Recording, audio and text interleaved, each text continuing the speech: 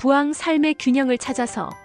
오늘날 현대인들의 바쁜 일상 속에서 전통 한방요법인 부항이 다시금 주목받고 있습니다. 부항은 수천 년의 역사를 가진 치료법으로 음압을 이용해 경락의 흐름을 촉진하고 체내 독소를 배출하는 데 도움을 준다고 알려져 있습니다. 하지만 효과적이고 안전한 부항 관리를 위해서는 반드시 알아야 할 주의사항들이 있습니다. 1. 첫 부항, 그 시작은 신중하게. 부항을 처음 접하시는 분들은 누구나 설렘과 동시에 약간의 불안감을 느끼실 수 있습니다. 이는 당연한 반응입니다. 우리 몸은 새로운 자극에 민감하게 반응하기 때문입니다. 따라서 처음 시작할 때는 반드시 전문가와 상담 후 본인의 체질과 건강 상태를 고려하여 시작하시기를 권장드립니다. 2. 시술 전 확인해야 할 기본사항. 무엇보다 중요한 것은 시술자의 전문성입니다. 자격을 갖춘 한의사나 전문가를 통해 시술 받으시길 바랍니다. 또한 시술 전 다음과 같은 상태라면 반드시 전문가와 상담이 필요합니다. 혈액 응고 장애가 있는 경우, 피부 질환이나 상처가 있는 경우, 급성 염증이 있는 경우, 심장 질환이 있는 경우, 임신 중인 경우 등입니다. 3. 올바른 시술 환경의 중요성. 부항은 깨끗하고 안전한 환경에서 이루어져야 합니다. 시술실의 온도와 습도가 적절해야 하며 사용되는 도구들은 철저한 소독 과정을 거쳐야 합니다. 특히 부항컵과 시술 부위의 위생 상태는 감염 예방을 위해 매우 중요합니다. 4. 초보자를 위한 시술 강도 조절.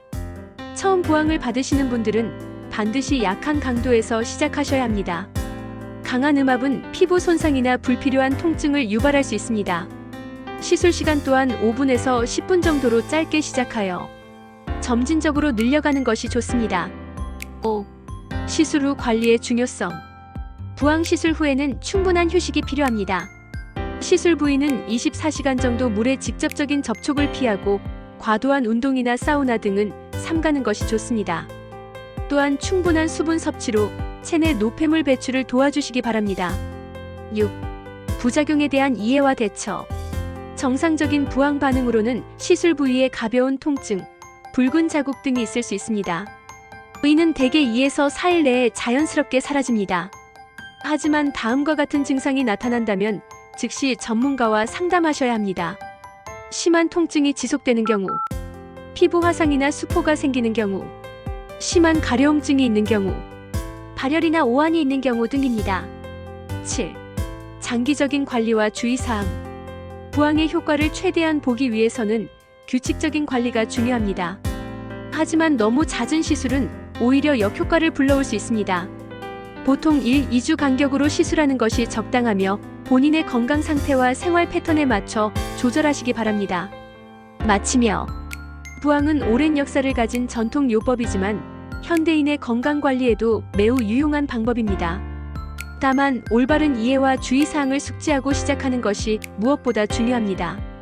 건강한 삶을 위한 첫걸음, 부항과 함께 시작해보시는 것은 어떨까요?